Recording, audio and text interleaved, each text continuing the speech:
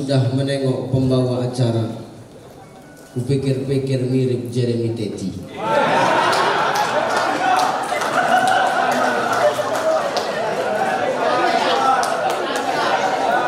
Cocok tak Pak?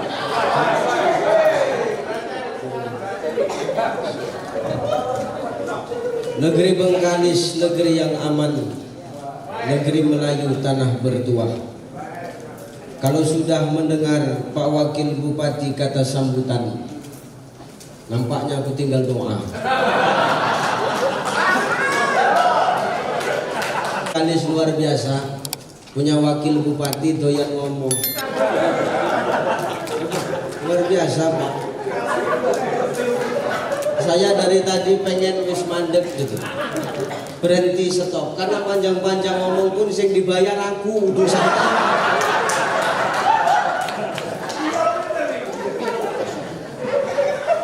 Bismillahirrahmanirrahim. Assalamualaikum warahmatullahi wabarakatuh. Alhamdulillah, alhamdulillahillazi anzala sakinata fi qulubil mu'minin. Asyhadu an la ilaha illallah wahdahu la syarikalah wa asyhadu anna Muhammadan abduhu wa mawala. Allahumma salli ala sayyidina Muhammad wa ala ali sayyidina Muhammad. Faqala Allah ta'ala, a'udzu billahi as-sami'il 'alim minasy syaithanir rajim. Fabima rahmatin minallahi linta lahum fadzan ghalizan lam faddu min hawlik fa'fu anhum wastaghfir lahum wasyawirhum fil amr fa iza azamta fatawakkal 'ala Allah innallaha yuhibbul mutawakkilin. Wa qala ta'ala min suratil ukhra, ya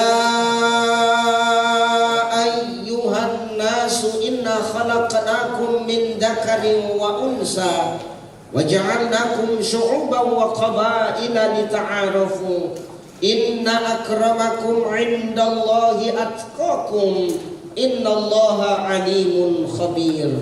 Wa qala an-nabi sallallahu alaihi wasallam, laisa minna man da'a ala usbaiti wa laisa minna man mata ala usbaiti. Sadaqallahul azim wa sadaqan nabiyyul karim wa nahnu ala dzalika minasyahidin wasyakirin walhamdulillahi rabbil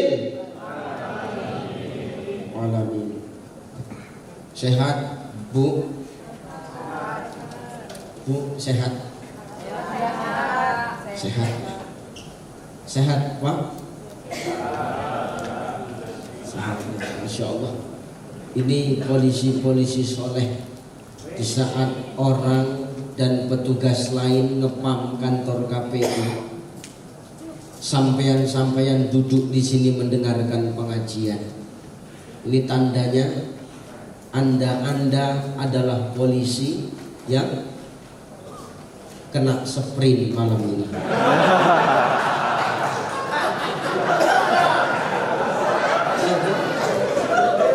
Kalau perkara soleh harus yakin aku ya. Pemain KB.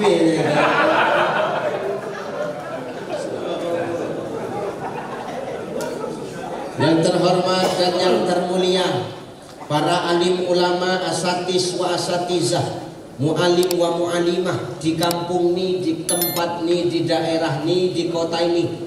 Mudah-mudahan ulama-ulama kita senantiasa dalam lindungan Allah Subhanahu wa taala. Wabil khusus ayahanda Buya Ketua Majelis Ulama Indonesia Kabupaten Bengkalis. Mudah-mudahan beliau senantiasa dalam lindungan Allah Subhanahu wa taala. Yang terhormat Ahlul Bait Ibu Bupati Kabupaten Bengkalis yang malam hari ini diwakili oleh Bapak Wakil Bupati, Bapak Bagus namanya, orangnya modelnya gitu itu. Ini luar biasa Pak. Beliau asalnya dari Jawa, ternyata sama macam saya. Tapi saya Puja Kesuma, putra Jawa kelahiran Sumatera. Pak Wakil lahiran Jawa. Biasanya orang Jawa suksesnya dodolan bakso pentol. Tapi di Bengkalis ini saya lihat banyak orang Jawa yang berhasil, termasuk menjadi orang nomor 2 di Bengkalis. Luar biasa Pak. Pironte dana kampanye tahun ini.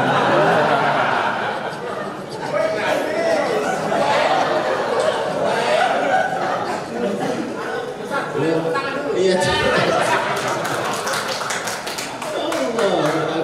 Sehat-sehat Pak Wabu. Sampaikan salam saya dengan Ibu Bupati, insyaallah.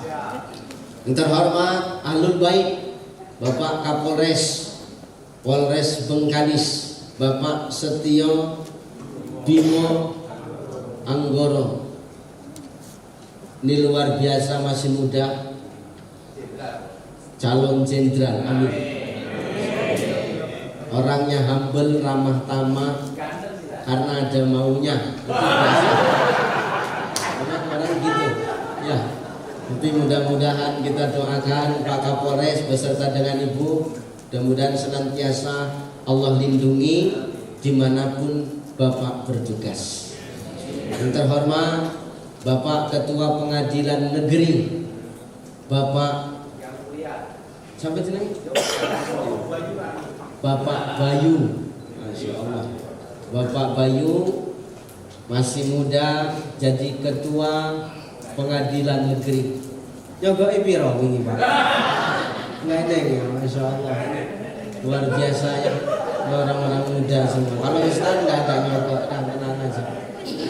Makanya aku nggak yakin kok muda-muda semua tapi jadi pejabat. Iya. Kompak pasaran Siramani piro orangnya ini? Enggak ya, ya Allah. Nah, ini orang berilmu, orang yang luar biasa, hakim yang menentukan hukum, mana benar, mana salah. Ingat, Pak Hakim, ketika nanti kami semua sudah dihisab oleh Allah Subhanahu wa Ta'ala, kaulah orang yang paling lama dihisab oleh Allah.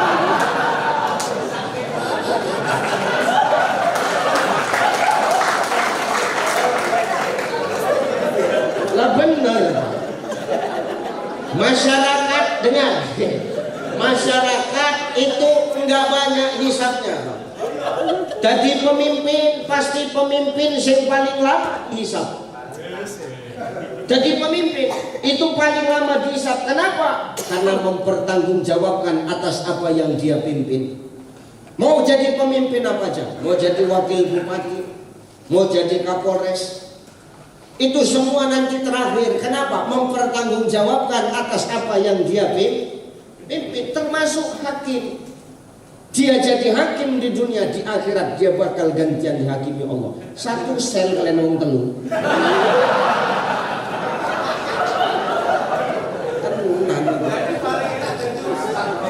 Tadi Ustaz pun suwi juga. Saat servis tenang aja lah. Cuman perkara remisi akhirat aku dhisik. Karena dalil wakeh gitu loh ya. Sehat-sehat ya. Wis, yang terhormat Ustadz Awaluddin Hasibuan, halak kita. Ya, istri saya harahap Pak. Jadi istri saya harap.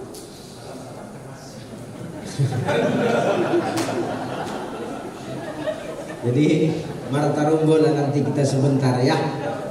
Pak Asisten, Pak Kabakesra, Bapak Wakapolres ya, Pak Dandim, Pak Jaksa. Ya Allah, kasihan kursinya Pak tersiksa.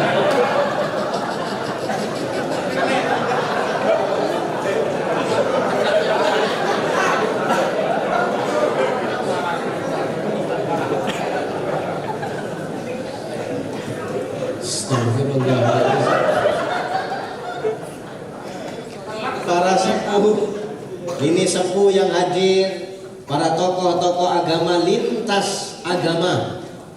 Kau bukan saudaraku satu akidah, tapi kita bersaudara sebangsa dan setanah air. Kita boleh berbeda akidah dan keyakinan, tapi kita dipersatukan lewat NKRI di bawah merah putih. Mudah-mudahan perbedaan tidak menjadikan perpecahan di antara kita, saudaraku, tapi jadikan perbedaan sebagai wadah untuk saling mengenal dan saling melengkapi di antara kita. Yang mayoritas jangan menghakimi yang minoritas. Yang minoritas jangan kau melunjak di tempat yang mayoritas. Saling memahami untuk mencapai ukhuwah watoniyah yang lebih baik adanya. Amin. Dah. Siapa lagi yang kuhormati? Habis. Ngomong, nggak apa-apa. Ketua Paguyuban Kabupaten Singgi Belangkon, Pak. Ya. Kemudian para perwira, para itulah urusan kalian lah. Itu ya. Mudah-mudahan yang nggak bisa aku sebutkan satu persatu, semua ini kita yang hadir, kita kumpul di sini, kita hilangkan perbedaan, kita datang di sini karena ukhuwah dan nilai-nilai persatuan dan kesatuan. Ya, ayo, aku nggak lama-lama, aku barusan dapat WA, Ustadz ceramahnya sejam. Oke. Aku tergantung request Pak Yai. Karena ad-dayyifu kal mayyit. Tamu itu seperti mayit. Lah bener Pak. Yang namanya mayit itu dia papakan kan pasti diem ya. Diem. Dimandiin diem. Dipukul dia diem. Dimarah dia diem. Dibentak dia diem. Dipijak dia diem. Kenapa? Mayit nggak punya nyawa. Jadi kalau tamu itu seperti mayit, malam ini aku tamu, berarti aku mulut siapa yang ngomong lagi? Kalau memang nggak senang biar aku tutup ceramah dulu.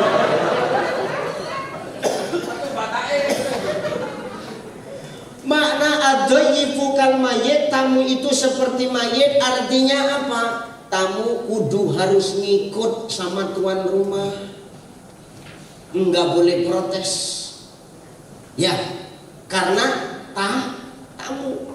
Lah saya bang, tadi pagi jam 9 dijemput di homestay di Jalan Serikandi Pekanbaru, karena dari tanggal 25 saya sudah di Pekanbaru. Dijemput jam 9, 3 mobil yang jemput, semua polisi, macam jemput tahanan.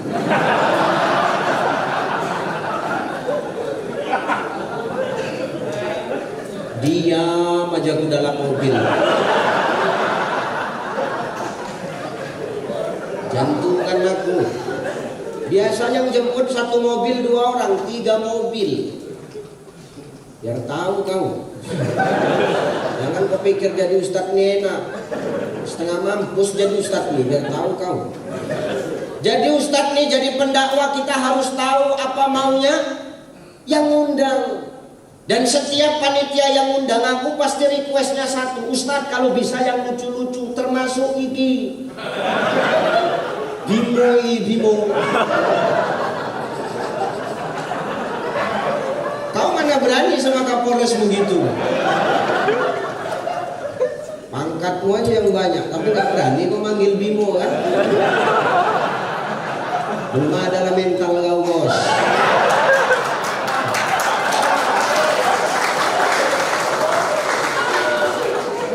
Makanya enak jadi ustadz nih Pak. Kapolres digiling, wakil bupati digas, ketua pengadilan dibanting. Sidang lah, mana peduli apa? Ini luar biasa. Request Ustadz kalau bisa ceramahnya yang lucu, oke. Gue turuti maumu, tapi ingat turuti mau. Bener bang, bener. Saya di TV ceramah 5 menit 10 juta loh. Ini sejam 60 menit kalikan itu mampus. Tahu kan dulu. Ya benar. Selalu request Ustaz kalau bisa lucu-lucu oke. Tidak ada satupun panitia yang mengundang aku sampai detik ini. Ya Ustaz kalau bisa ceramahnya nanti buat nangis lah, nggak ada Pak. Kecuali BKM sholat Idul Fitri itu baru mintanya gitu. Kalau bisa buat nangis Ustaz biar sadar orang itu oke. Bapak-bapak, ibu-ibu, bayangkan tahun ini adalah Ramadan terakhir kita. Bayangkan ini adalah Idul Fitri terakhir kita. Tidak ada jaminan tahun muka kita bakal sampai umur kita ke sana. Nangis semua. Selesai khatib, semua pulang, gantian aku yang nangis. Selop hilang nangis. Makanya serba salah. Jadi Ustadz ini Bapak Ibu, jangan pikirnya gampang. Nanti datang lama diceritai jemaah. Lama kali Ustadznya datang ya. Mentang-mentang jadwalnya padat terus datangnya lama-lama. Salah. Datang cepat diceritain. Cepat kali Ustadznya datang kan? Iya. Nampak kali nggak punya jadwal.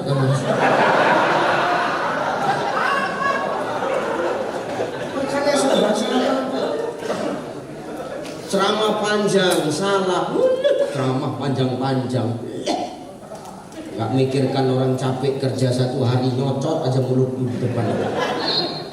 Tutup apa? Ngomel. Nanti ceramah pendek. Udah ceramah pendek gitu aja wakil bupati ya Pandi. Ini serba salah Pak.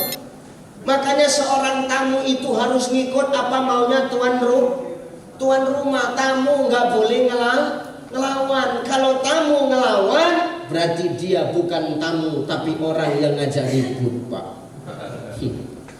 Ini tamu ngikutin sejam oke, nggak masalah. Ceramah panjang pendek ya segitu juga Pak.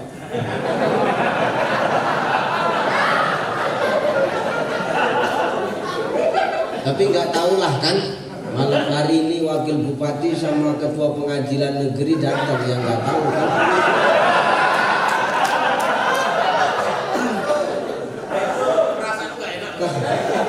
Kalau ketua MUI suara tahan.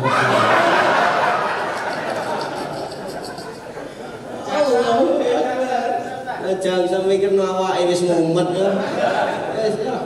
Nih, jadi saya ngikut apa maunya tuan rumah saja, sejam-sejam. Jadi Ustadz ya apa yang mau kau sampaikan pada malam hari ini? Tidak banyak lah, cukup 2 poin saja. Apa yang 2 ini? Dengar, tujuan kita ngumpul di sini kan untuk bersatu ya. Iya kan macam-macam. Makanya tadi Pak Wabub bawa Quran surah Al-Hujurat ayat 13. Dibacakan artinya, aku bacakan bahasa Arabnya. Ya ayyuhan nasu inna khalaqnakum min dzakarin wa unsa wa ja'alnakum syu'uban wa qabaila lita'arafu. Hei manusia, kau diciptakan bersuku dari jenis laki-laki dan perempuan. Zakaro wa unsa, laki-laki dan perempuan. Kalau nggak ada laki-laki, nggak ada perempuan bercampur, nggak akan ada kita. Nggak ada mama kita, ayah kita, nggak akan ada kita. Betul? Maka kita diciptakan dari jenis yang sama-sama manusia. Ya, kalau kami keyakinan kami agama Islam min sulalatin min tin, saudaraku. Kami diciptakan dari saripati tanah, ya. Manusia diciptakan dari saripati tanah. Ya kan kita semua berasal dari tanah. Hidupnya kita di atas tanah. Kita makan yang asalnya dari dalam tanah. Kalau mati, meninggal, wafat, kita kembali ke dalam tanah. Mewakil bupati dari tanah, Kapolres dari tanah, pengadilan dari tanah, MUI dari tanah, asisten dari tanah, dandim dari tanah, jaksa dari tanah, ucai dari tanah. Perkara tanahnya terserah, banyak macamnya. Ada tanah gambut. Ya, tanah gambut sekali cangkol ini keluar air. Ada tanah tandus. Ada tanah sengketa ini yang payah nih. Model-model tanah sengketa ini model kalau Ustadz ceramah dia berdiri-berdiri itu tanah sengketa.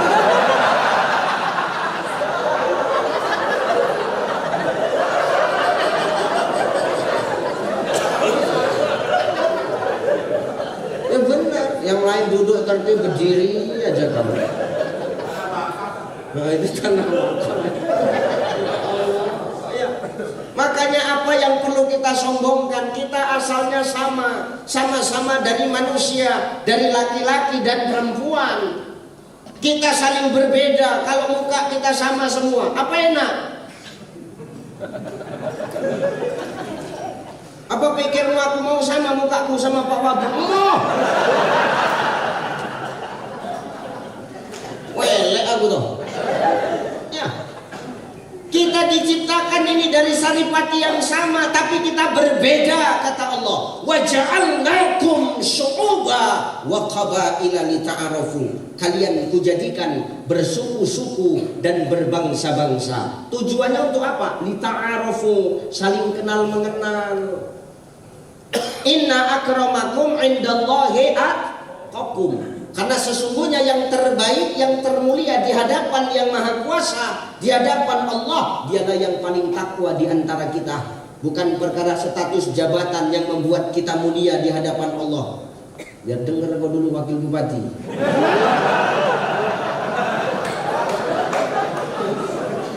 Jangan kau jadi wakil bupati sombong kau. Belum tentu kau masuk surga duluan. Ya benar Pak. Tahu jadi polisi dengan jabatanmu hari ini, jangan merasa paling hebat karena di hadapan Allah bukan perkara jabatan yang membuat kita hebat. Jangan kau jadi polisi so hebat, petentang-petenteng pinggir jalan. Ustadz mau pergi khotib nggak pakai helm, kau razia ngapain?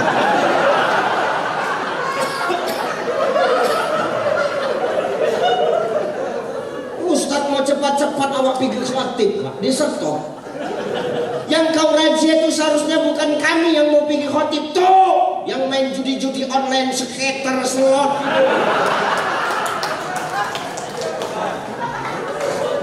Hebat, petentang-petenteng. Masih ada jabatanmu, pensiun kau nanti, petentang-petenteng lah, pijak kepala. Jangan sombong ini dengan jabatan kita. Karena status pangkat tidak menentukan apa masuk ke dalam surga. Tingkat status pangkat, jabatan, popularitas, harta di dunia tidak menjanjikan kita masuk dan menjadi kategori orang yang mulia di hadapan Allah. Tuh yang dibilang sama Pak Wabub, Bilal bin Rabah, orang keling, orang hitam Pak, dia yang dipilih oleh Rasulullah untuk mengumandangkan azan di atas Ka'bah. Berarti apa? Perkara takwa bukan perkara warna kulit, bukan perkara jabatan, bukan perkara status. Wakil bupati pun kau Pak, masuk masjid tetap kau buka sepatu. Betul nggak? Kapolres pun masuk masjid buka sepatu. Apalagi kau ketua pengadilan.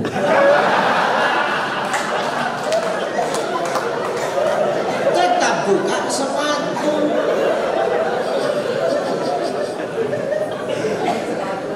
Lah benar. Oh aku wakil bupati. Aku datang belakangan. Aku wakil bupati orang nomor 2 di Bengkalis. Aku harus sab di depan. Nggak iso. Nggak bisa Pak Wabung. Kau datang pertama sab depan, kau datang terakhir tetap di belakang. Artinya apa? Di hadapan Allah itu semua nggak berlaku Bapak Ibu. Maka hari ini kita berkumpul di sini. Hilangkan sejenak kesombongan kita. Hilangkan perbedaan status sosial kita. Kita berkumpul berdoa, menundukkan kepala dan bermunajat kepada Allah, menandakan kita lemah di hadapan Allah sebagai hambanya. Kita minta ampun, kita minta tolong supaya apa? Kita nanti ketika pagelaran pesta demokrasi mampu menjalankan tupoksi kita dengan lancar Bapak Ibu. Benar ya? Maka rumusnya itu apa? Dengar, satu rumus supaya damai, satu, timbulkan seni di tengah-tengah umat. Seni, Pak. Seni. Bagaimana kalau nggak ada seni di dalam kepemimpinan? Pasti nggak akan tercipta yang namanya kedamaian. Lu sama macam ceramah Ustadz Awaludin. Kalau kita Ustadz ceramah nggak punya seni, begitu diundang basmati, Assalamualaikum warahmatullahi wabarakatuh, kita semua bakal mati, bapak mati, ibu mati. Dia nggak pernah bilangkan dirinya mati, orang lain aja mati, kau mati, kau mati, kau mati. Besok diundang basmati lagi, kau mati, kau mati, kau mati. Dia nggak pernah nunjuk dia mati. Besok diundang bahas mati lagi, mati lagi. Terakhir 2 minggu ditelepon-telepon nggak ngangkat, rupanya dia yang mati. Kira-kira kalau ceramahnya model kayak begini, ini nyambung nggak? Kenapa? Karena Nabi pun dalam berdakwah memiliki seni. Mau'izatul hasanah, penyampaian yang baik harus dipakai dengan seni yang baik. Maaf, di Jawa Wali Songo menyampaikan dakwah dengan wayangannya, dengan adat dan budaya, supaya apa? Dakwahnya nyampe. Ya, dai harus punya seni. Makanya dalam dakwah ini harus punya seni. Bang Haji Roma Irama, beliau tidak berceramah, tapi beliau menyanyi, tapi isinya semua dakwah. Dakwah juga, Pak. Dia nggak ceramah, tapi pakai lagu. Tengok lagunya. Nenteng ceret, nenteng ceret, nenteng ceret, nenteng ceret, nenteng ceret, nenteng ceret, nenteng ceret, nenteng ceret. Begadang jangan begadang, nenteng ceret, nenteng ceret. Kalau tiada artinya, nenteng ceret, nenteng ceret, nenteng ceret. Begadang boleh saja, nenteng ceret, nenteng ceret. Kalau ada jandanya, dakwah, Pak, isinya. Makanya Nabi itu disenangi kalangan anak-anak, remaja, sampai orang tua. Kenapa? Nabi punya seni, Pak. Jadi dalam berkepemimpinan menjalankan tugas kita sebagai pengambil kebijakan di negeri Bengkalis ini, Pak, tolong kita harus punya seni untuk menyatukan masyarakat. Tanpa seni itu semua omong kosong. Ibu-ibu lah kalau main qasidah, Bu, kan ada seninya kan. Islam sendiri pun melahirkan seni. Tengok ketika Rasul hijrah dari Mekah ke Madinah, sampai di Madinah disambut sama orang-orang Ansor. Tala'al badru min saniyatil wajaba syukru mada'a lillah. Seni nggak? Seni. Makanya aku lebih senang kalau tengok orang tuh punya seni. Qasidah tuh seneng aku, Pak. Kenapa? Qasidah itu mencerminkan seninya agama Islam. Bahwasannya Islam itu maaf agama yang berakhlak, bukan berarti nggak baik. Semua baik, Pak. Ini karena saya pakai bahasa agama Islam ya, Pak. Pada dasarnya semua kita baik. Cuman Islam tengok. Ketika dia menyampaikan qasidah, di dalamnya ada nilai-nilai dakwah yang dibangun dengan syair dan lagu, kan enak gitu. Enak goyangnya ibu-ibu ini ketika nyanyi qasidah. Satu jadi vokalis, yang belakang jadi backing vokal. Dari dahulu hingga sekarang, yang belakang cuma jawab shalalalalala.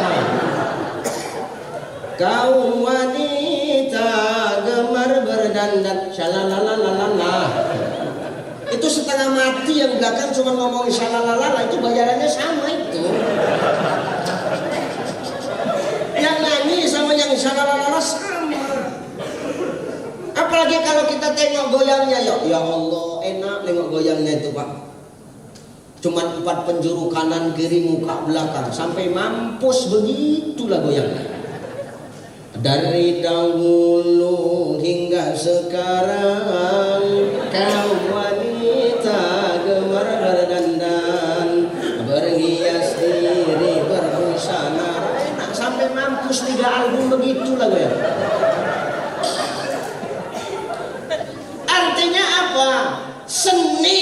mampu menyampaikan akhlak di tengah-tengah umat. Karena nggak pernah aku tengok orang nyanyi lagu qasidah itu goyangnya bertingkah-tingkah, nggak pernah.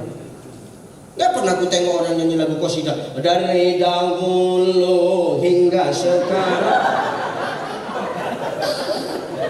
Enggak.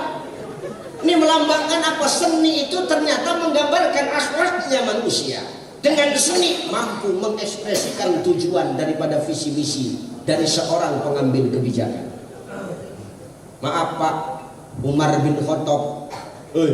Umar bin Khattab itu seni memimpinnya hebat. Benar. Waktu Umar bin Khattab jadi kepala negara, presiden, setelah Abu Bakar wafat. Ya, benar ya. Abu Bakar wafat, Umar jadi presiden. Waktu itu Abdurrahman bin Auf diangkat sebagai gubernur. Ini maaf, datang tahu-tahu ada satu orang, maaf bukan orang Islam Pak, orang non Islam, bukan orang Islam, orang Yahudi. Dia datang sama Umar ngelapor. Khalifah Umar bin Khattab, aku mau ngelapor sama kamu. Apa? Rumahku digusur. Siapa yang gusur? Gubernur. Siapa? Abdurrahman bin Auf. Kenapa digusur? Pelebaran masjid. Rumahku kena. Padahal baru seminggu yang lalu dapat dana bedah rumah itu. Itu pun masih baru separuh, mau diambrukkan lagi cuma. Kalau sempat itu digusur gimana nasib kami? Kau pikirkanlah dulu Mar. Apa kata Umar? Jangan nangis kau. Kau ambil tulang di lubang sampah. Untuk apa? Kau ambil, masa banyak cerita kan? Ambil. Dihunuskannya pedang Umar, digaris tulang. Kau bawa, kau kasih sama Abdurrahman bin Auf. Kasih sama gubernur. Ini aja, iya. Ini aja, iya. Udah pikir, nggak usah banyak cerita. Pijak mana-mana. Pergi Pak. Hei Abdurrahman bin Auf. Wah dulu gubernur enak dijumpai Pak. Presiden enak, gampang jumpainya. Sekarang aja di sini baru wakil bupati payah kali ini.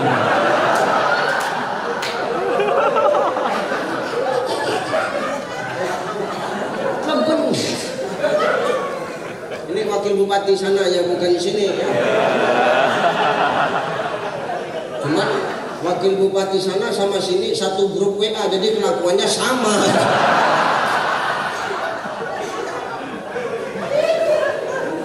Maksudku beginilah, dengar. Maksudku gini, kalau hari ini kita diamanahkan sama masyarakat jadi pengambil kebijakan, yang mau jangan susah-susah apa mau dijumpai masyarakat. Yang humble aja apa? Orang kau pun punya jabatan karena kami nyucuknya. Coba kalau dulu kau nggak dicucuk sama orang Bengkalis,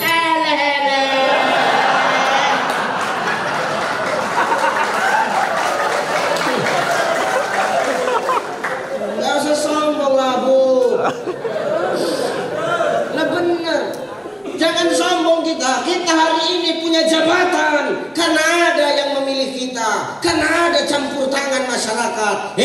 Hari ini kau para pejabat, terutama para pejabat-pejabat tinggi, jangan sombong. Hari ini kau punya jabatan karena ada bawahan. Jadi ini sejahterakan bawahanmu yang tertekan kena sprint.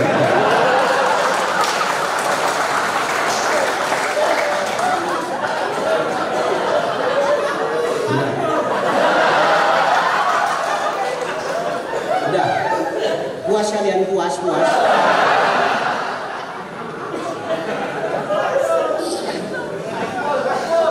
Rokok kue pollution ya.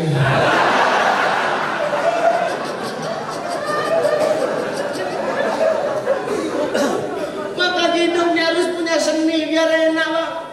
Itu begitu tadi, maaf, ini datengin orang Yahudi, datangi Abdurrahman bin Auf, nih ada pesan dari Umar. Apa ini? Tulang. Gemetar Abdurrahman bin Auf tuh yang gubernur. Gemetar tangannya megang tulang yang digaris dengan pedang oleh Umar bin Khattab. Seolah-olah garis itu mengatakan, hei Abdurrahman bin Auf, kau jangan sombong, jangan sesuka-sukamu memimpin. Kenapa? Kau nanti bakal jadi tulang belulang seperti ini. Hei para pejabat, jangan sombong, kau nanti bakal jadi tulang seperti ini.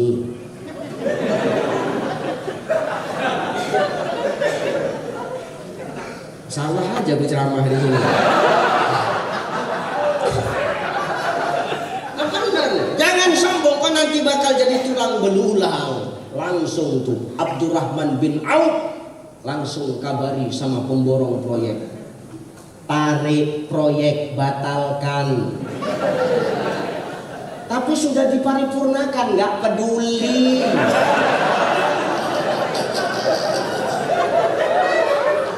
Ini udah ketok palu loh, nggak peduli, cabut proyek itu. Bangun balik rumah orang Yahudi yang kena gusur untuk pelebaran masjid. Atas perintah siapa Pak Gubernur? Perintah Umar bin Khattab, seorang khalifah kepala negara kita. Ini seni Pak. Pemimpin harus mampu merangkul semua kalangan. Bukan hanya yang satu akidah dengan dirinya saja, tapi yang berlainan akidah pun selagi dia masyarakatnya juga harus dilindungi.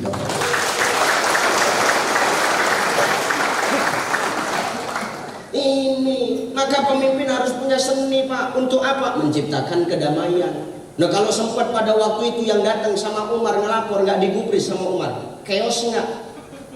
Berantem nggak? Berantem, demo, terakhir apa? Orang ini keluarkan gas air mata, kan nggak enak? Ini beraninya main tembak air. Mampus nggak potong ceramahnya ya. Tadi amplop belum di apa kan? Agak ngeri juga kayak gini. Ya Allah ya. Maka harus punya seni. Pemimpin harus punya seni untuk menyatukan Lah maaf, masjid sendiri mau sebesar apapun masjid, mau semegah apapun masjid, mau semewah apapun masjid, itu kan bergantung kepada dua Bapak Ibu. Siapa yang manggil, siapa yang mimpin ya. Ya maaf kalau yang manggil nggak punya seni, kira-kira masjid yang besar kayak begitu tuh bakal rame nggak sama jemaah? Sama macam saudaraku. Begitu. Kalau pendetanya maaf, 1000 saja. Enak nggak kira-kira kita dengar khutbahnya? Enak. Harus ada guyonannya. Kan gitu, itu namanya seni. Masjid besar, megah, mewah, yang manggil nggak enak, nggak rame. Maka yang manggil harus punya seni. Maka masjid sebesar apapun, tapi kalau yang manggil suaranya nggak enak, yang manggil kakek-kakek, lah mana rame. Azanatu Allah.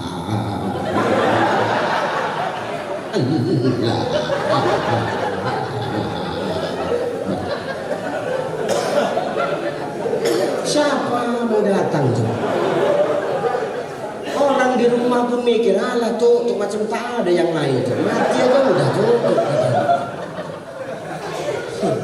Karena masjidnya ramai tergantung siapa yang manggil. Lah bener Bang. Serius. Tapi kalau masjid walaupun dia kecil, yang manggil suaranya bagus, lantang suaranya, bagus langgamnya, bagus duduk makom lagunya, enak Pak. Yang nggak pernah sholat ke masjid pun pasti bakal bangun. Kenapa? Minimal dia bangun penasaran nengok siapa yang ngajar. Nah benar. Coba kalau kita rumah dekat masjid, tahu-tahu tiba-tiba ada yang azan subuh-subuh pakai azan irama Mekah. Senang nggak kita? Allahu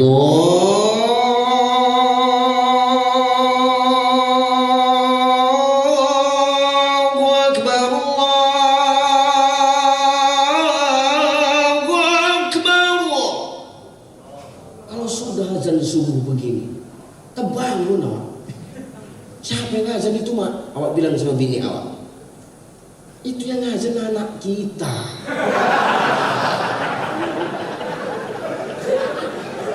Anak kita yang azan itu, anak kita ya. Betul lah kau, iya anak kita yang azan. Ayahnya yang tak pernah sholat pun bangkit.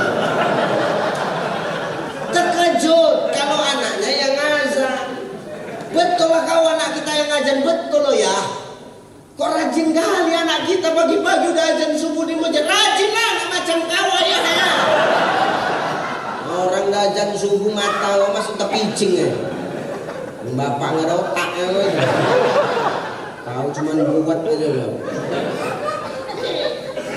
Enggak kalau begitu. Enggak rame bang. Seni menyatukan umat. Nanti zuhur lain lagi lagunya, diputarnya azan Malaysia nih.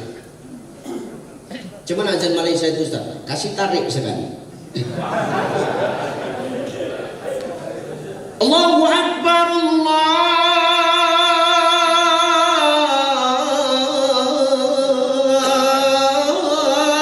Akbar. Udah begini azan, ya Allah. Emak dia pun saking senangnya anaknya azan, keluar dari rumah emaknya itu. Dibilang sama tetangganya, "Kak, yang azan anak aku." Keliling kampung dia, anakku. Tapi nggak sholat juga sama. Ya, ternyata benar seni menyatukan nih masjid tergantung siapa yang manggil. Kalau yang manggil punya seni enak. Ya, Ustadz punya seni yang datang rame. Ustadz gak punya seni yang datang cukup sekali lah ngundang Ustadz. Cukup. Masjid rame jemaah ketika sholat tergantung siapa yang mimpin, siapa yang nyetir, siapa yang imam.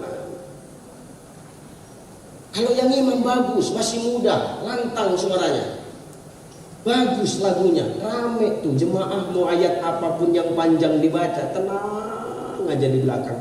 Kenapa? Meresap ke hatinya. Coba kalau atuk-atuk tuh lagi yang imam, tak ada seninya. Allahu Akbar. Bismillahirrahmanirrahim. Alhamdulillahirabbil alamin. Ar-Rahmanirrahim. Maliki yaumiddin. Ilal ayat ghairil maghdubi alaihim waladdallin. Awak di belakang bingung. Amin. Kenapa enggak semangat? Enggak ada seni. Tapi kalau yang imam, yang mimpin punya seni, enak. Luruskan shaf, rapatkan barisan. Emak ayah di belakang, Insya Allah, macam tanda kenal suara kawannya. Allahu Akbar. Kan anak aku. Bismillahirrahmanirrahim. Alhamdulillahi rabbil alamin. Ar-Rahmanirrahim. Wah, di belakang mak tuh, ya Allah, cantiknya suara kau. Nggak salah mak didik kau ilmu agama. Ya Allah, nah bangga mak lah. Oh kak, dengan imam mak. Kalau anak kau nggak bisa jadi imam, nggak bisa, berat nggak bisa. Emosi kawan sebelah. Aku tahu ini anak kau, cuman ini sholat mulut kau diam.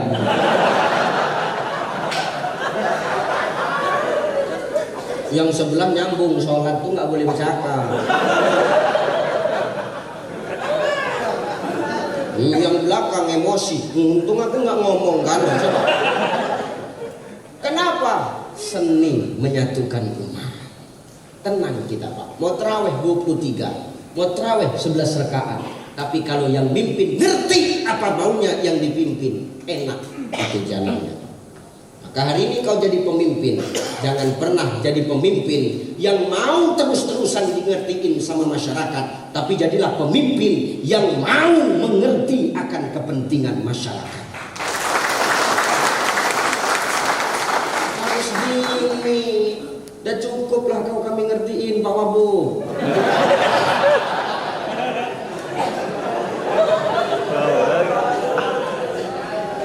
Jadi udah, sekarang gantian kita yang ngertiin masyarakat.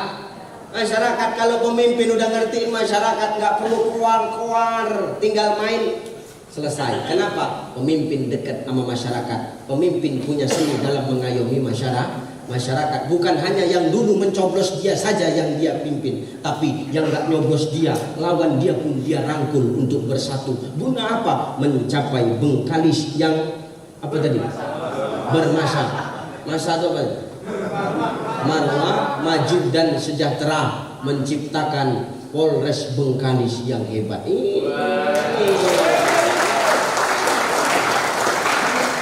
Itu salah satu contoh ceramah menjilat.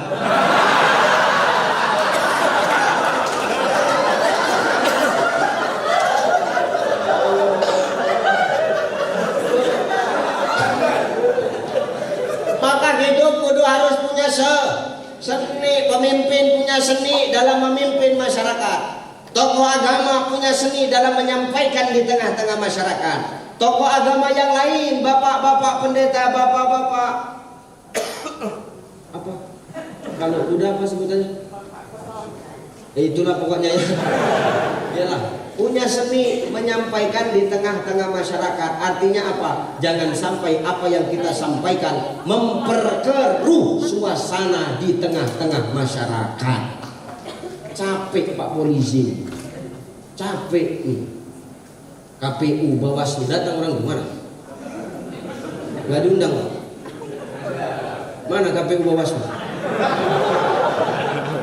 Mana orangnya? Mana? Bapak apa? Bawaslu. Kau jangan korekam sama aku ya.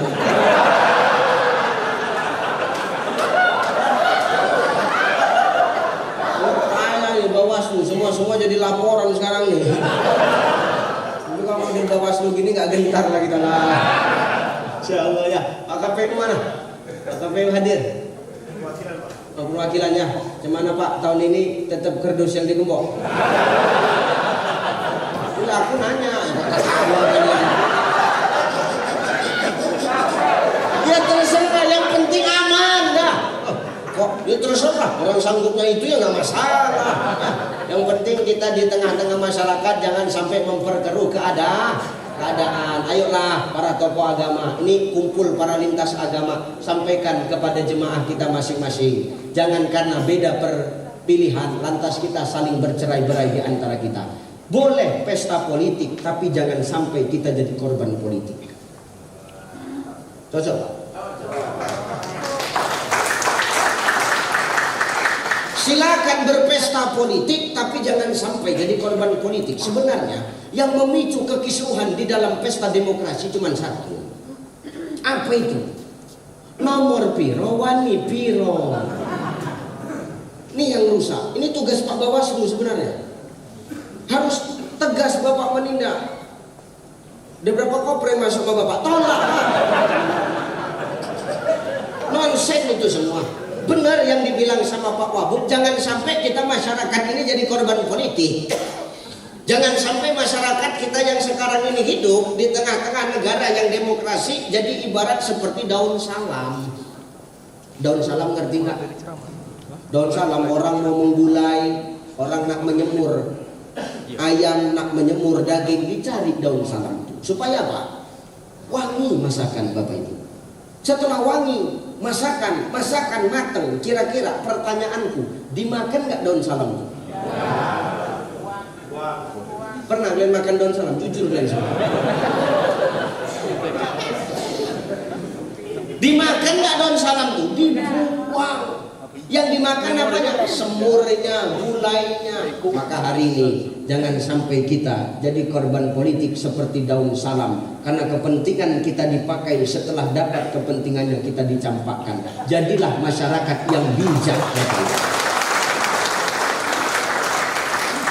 Maka ciptakan pemilu yang jujur dan berkeadilan. Jangan dari siapa-siapa dulu. Ibda binafsi. Atur diri kita. Kalau diri kita sudah mengatakan tidak, tetap tidak, Bapak Ibu. 1.000, enggak. 200, enggak. 300, enggak. 10 juta, sekali tidak, tetap tidak. Awalkan dari diri kita.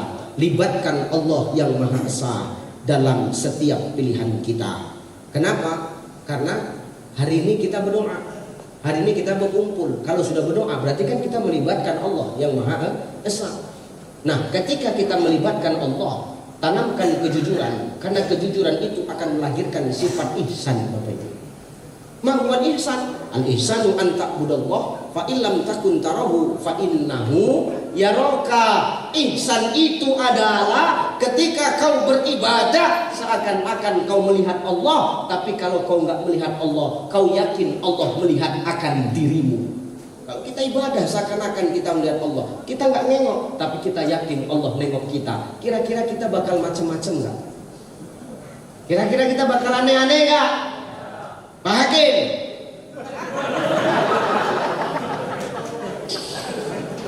kalau kita yakin Allah melihat kita, la ta'khuzu sinatu wala naum, bakal aneh-aneh enggak kita? Enggak. Kenapa?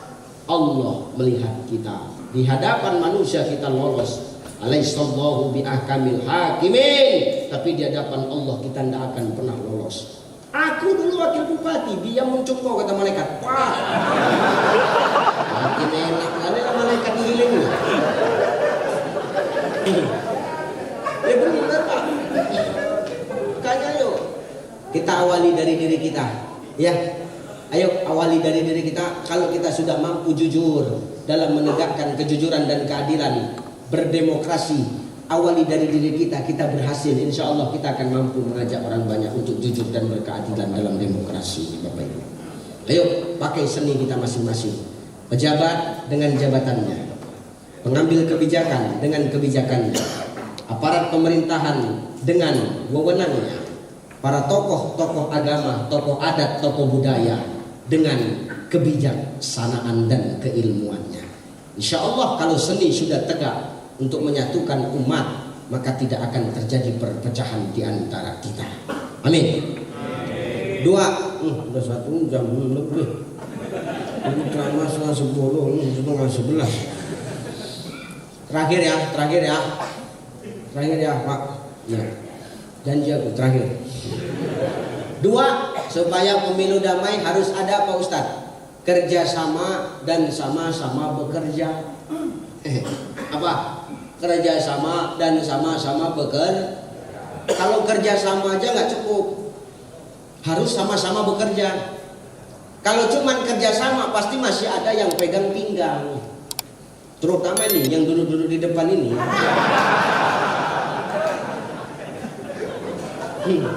Nah bener Bang, karena judulnya kerjasama.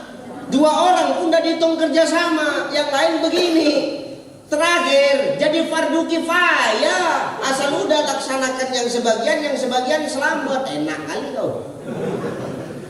Makanya nggak cukup kerjasama, harus ada sama-sama bekerja. Kalau sudah kerjasama dan sama-sama bekerja, nggak ada lagi yang berpegang tangan di pinggang, bertolak tangan di pinggang. Semua pasti akan turut ikut ke lapangan mengamankan demokrasi yang akan nanti kita laksanakan di 2024.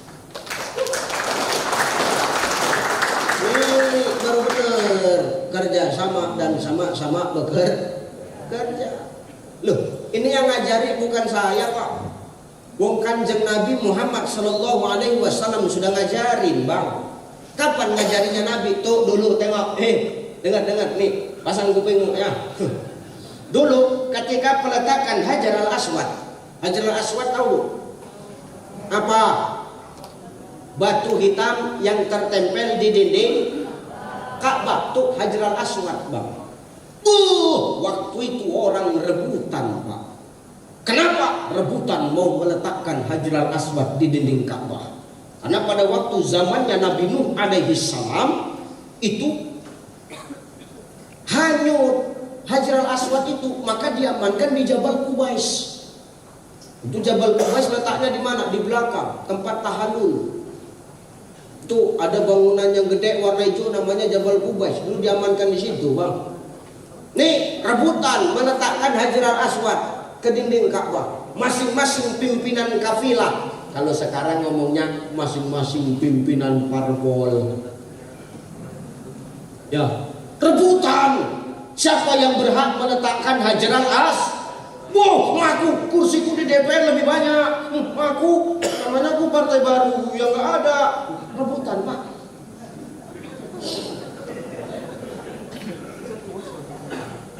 Kita hati mampus lah peduli. Ya benar, Bang. Ini supaya sadar, ambil contoh langsung di lapangan gitu loh. Ini kalau zamannya sekarang ditarik ke parpol, masing-masing sibuk siapa yang berhak meletakkan ini kan gitu ya. Benar.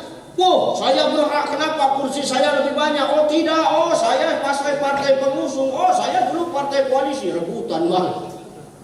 Ini kira-kira begitulah. Pemuka-pemuka Quraisy pada waktu itu rebutan siapa yang paling berhak meletakkan Hajarul Aswad. Terakhir Nabi ngomong sama orang itu, diam. Nabi nggak banyak cerita, tapi Nabi banyak kerja. Dibentangkannya serban Nabi, diambilnya Hajarul Aswad, diletakkan di atas serban Nabi. Nabi ngomong, pidato Nabi. Jangan kacau ya. Kita memang saling berbeda-beda. Kita masing-masing punya kelebihan dan kekurangan. Ayo kita angkat bareng-bareng. Masing-masing semua pimpinan-pimpinan kafilah pegang ujung sorbanku masing-masing. Kita angkat bareng-bareng. Angkat bareng-bareng, Pak. Nabi nggak ngomong aja, Nabi juga ikut ngangkat. Ayo angkat sama-sama. Sam Su berangkat Hajarul Aswad. Lah benar, begitu sampai di dinding Ka'bah, Nabi yang menempelkan. Yang tadi mau berantem, yang tadi mau perang gara-gara berebut meletakkan Hajarul Aswad, lewat kerjasama dan sama-sama bekerja, selesai masalah, Bapak Ibu. Maka hari ini kerjasama saja nggak cukup, tapi sama-sama bekerja. United we stand, divided we fall. 3 hari 3 malam menghafal gitu. Bersatu kita teguh, bercerai kita runtuh. Mengutip perkataan Panglima Besar Jenderal Sudirman. Apa kata Jenderal Sudirman? Tidak akan ada kemenangan tanpa adanya kekuatan. Kekuatan tidak akan terlahir tanpa adanya persatuan dan kesatuan. Persatuan dan kesatuan tidak akan pernah tercipta tanpa adanya silaturahim. Makna silaturahim di sini apa? Kerjasama dan sama-sama bekerja. Nah, selesai. Kesampingkan kepentingan pribadi. Al-maslahatul ammah muqaddimun 'alal maslahatul khassah. Kepentingan pribadi, kepentingan umum itu jauh di atas kepentingan pribadi. Insya Allah kerjasama dan sama-sama bekerja bakal akan tercipta dengan baik adanya. Amin. Nah, terus gini, bangun kerjasama, sama-sama bekerja. Jangan saling kita bertolak pinggang dan jangan saling salah menyalahkan. Ya, jadi semuanya merasa bertanggung jawab. Kalau kita maaf cuman kerjasama, nanti adanya salah menyalahkan. Kenapa terlambat? Kan kau. Tapi kalau sudah sama-sama kerja, ini semua jadi tanggung jawab. Nggak akan terjadi saling menyalahkan di antara kita. Bukan hanya menciptakan perdamaian di tengah masyarakat, di dalam keluarga pun harus ada kerjasama dan sama-sama bekerja.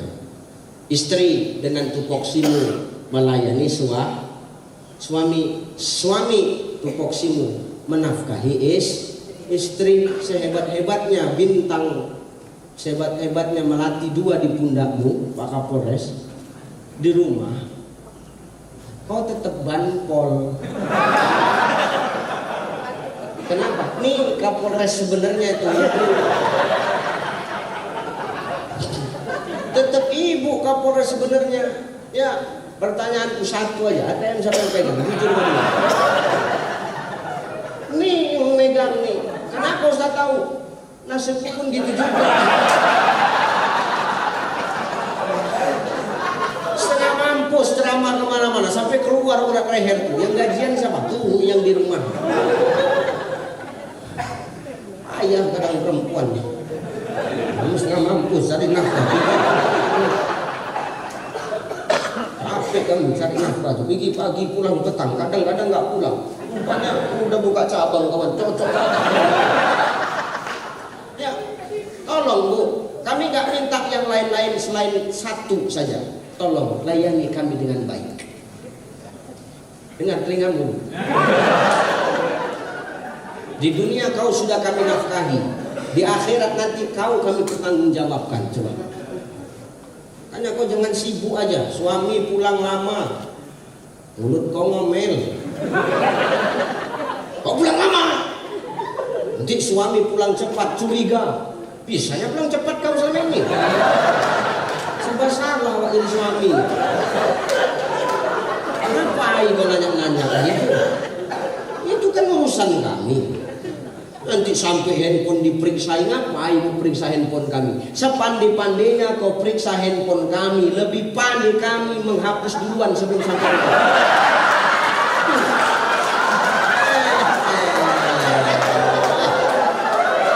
Cuma nggak nemu nggak, pemain semua aja ini.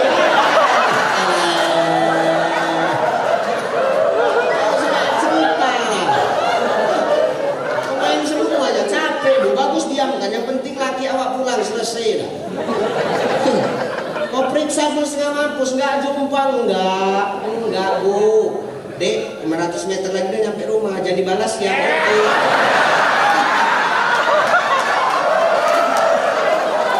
Pemain lah. Nggak paham aku. Nampak dari gaya duduknya tuh, nampak.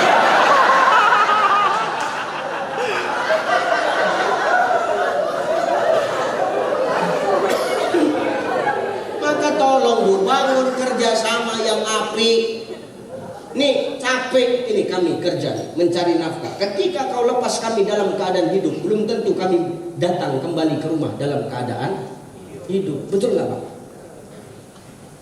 Aku dilepas istriku setengah jam cuma jumpa di Kuala Namu, biar tahu kok. Nggak bisa ngapa-ngapain setengah jam.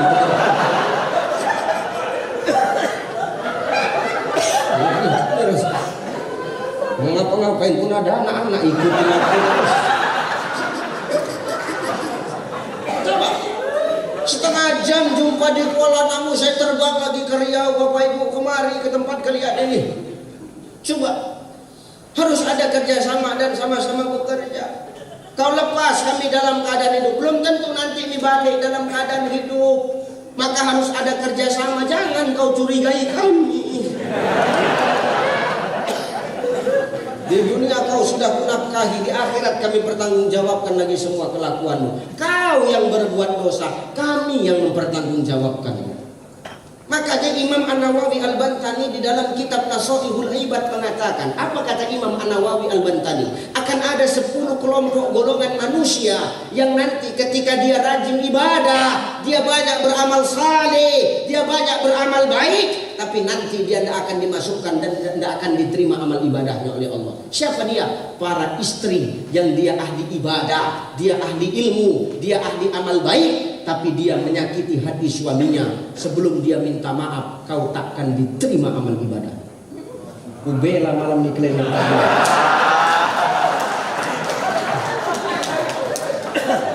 Mulai malam ini, kalau awak ada salah sama suami, minta maaf. Oba, banyak salahku selama ini. Banyak kali aku rasa salahku sama abang. Datang laki pun saya hebat, yang banyak dia salah kau sama. Sering kali kau tidur mantat dia, padahal masih hujan kata laki. Minta maaf awak. Sebelum awak minta maaf, takkan diterima Allah amal ibadah kita. Lazimkan ini, lazimkan. Ya, maka tolong jangan curigai kami ketika pergi kerja cukup doakan, Bang, sehat-sehat abang kerja ya. Jangan sampai terjadi apa-apa sama mobil masih kredit.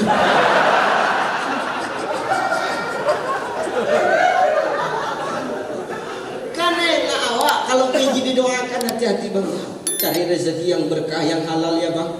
Perkara yang haram terselahlah, nggak usah kau bawa ke rumah, cukup tinggal di kantor kau aja, kata istri. Ya benar Pak Kapolres, Pak Hakim ya dengar, yang halal aja Pak. Marah-marah tuh tinggal kantor aja, nggak usah bawa apa. Ini hakim sana, hakim sini. Tapi kawan, jadi kelakuannya sama. Yang buru-buru jangan bawa ke rumah lah, cukup tinggal di kantor. Yang halal-halal yang bawa ke rumah. Ya bang ya, iya. Doakan abang ya, dia kan semangat awak. Awak kecup tangan suami itu, jati ya bang ya. Senang kata awak. Ini sepele bu. Ibu selalu nggak buat gitu, cium tangan suami. Kalau pas tanggal muda kan.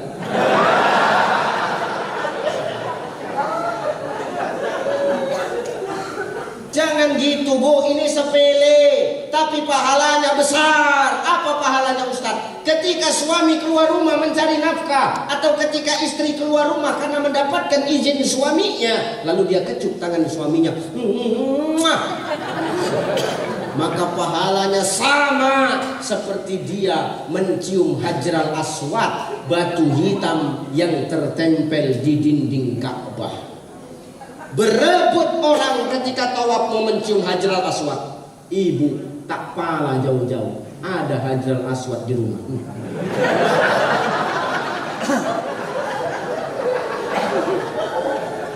Apalagi tangan suamimu hitam, makin besar pahalanya.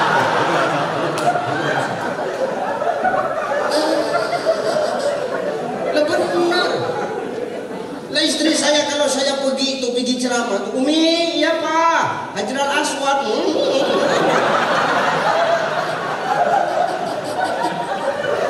Lah benar. Harus ada kerjasama biar apa? Ketenangan tidak dapat. Ya Allah, suami pergi tenang, istri pun melepas kepergian suami dengan doa. Allah redha, malaikat senang. Berangkat di starternya Honda tuh. Pergi dulu abang deh ya, iya. Bang, tengoknya suami ke belakang. Berangkatlah sayang, hati-hati di jalan. Doaku sertakan, mohon kepada Tuhan. Laki awak pun nyambut.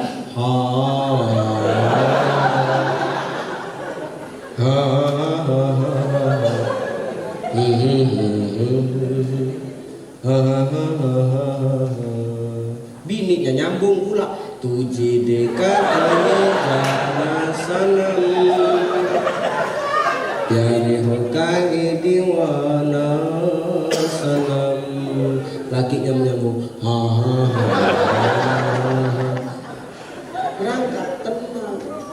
Jalan lagi suami. Bang, kata bini, apa? Kelapa itu pohon depan itu ketabrak nanti. Awak pikir ngapain, rupanya ingatkan ada pohon. Enak bu, tenang, suami kerja tenang, awak melepas suami redho, Allah redho, malaikat senang. Maka kerjasama untuk menciptakan kedamaian di tengah-tengah umat juga kudu harus diawali dari rumah tangga. Baik-baiklah ya teman ya, insya Allah kalau punya seni, punya kerjasama dan sama-sama bekerja, insya Allah pemilu damai tahun 2024 akan tercipta dengan baik adanya. Itu sajalah barangkali ya. Pertama, untuk menciptakan pemilu damai, satu, kita harus punya seni, pemimpin dengan kuasanya, para tokoh agama, tokoh masyarakat, tokoh adat, tokoh budaya, dengan kebijaksanaan dan keilmuannya. Yang kedua, bangun kerjasama dan sama-sama bekerja. Kerjasama saja tidak cukup, tapi harus dibarengi dengan sama-sama bekerja. Agar apa? Turut serta turun ke lapangan dalam mengamankan peta demokrasi tahun 2024. Insya Allah kalau sudah demikian akan tercipta pemilu damai tahun 2024. Masyarakat Bengkalis akan menjadi masyarakat yang maju, marwah dan sejahtera, dan akan tercipta keamanan.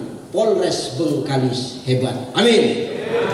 Itu saja barangkali yang bisa aku sampaikan. Mudah-mudahan ini bisa menjadi cemeti, cambuk dan nasihat buat kita, sehingga mampu kita implementasikan dalam kehidupan kita. Amin. Itu saja barangkali Bapak Ibu ya. Doakan saya doakan mudah-mudahan yang saya tinggal ini semua dalam keadaan sehat semua ya. Ya, saya doakan tetap istiqomah di jalan yang baik. Amin. Saya besok yang kembali ke Sumatera Utara, doakan saya senantiasa dalam lindungan Allah dimanapun saya berada ya. Ini ya, karena selepas saya dari Sumatera Utara, malamnya saya tablik akbar di Siantar Simalungun bersama wali kota dan pihak Pemkab Simalungun. Senin saya terbang lagi 3 hari di Malaysia, 5 hari saya ada jadwal di Singapura, 4 hari di Brunei Darussalam. Itu pun kalau ada yang undang.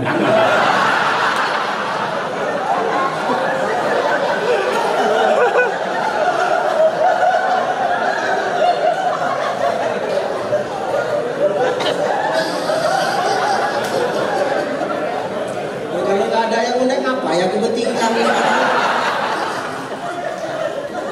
Terima kasih, mohon maaf. Ila liqa, assalamu wallahu muwaffiq ila aqwamit thariq. Wassalamualaikum warahmatullahi wabarakatuh.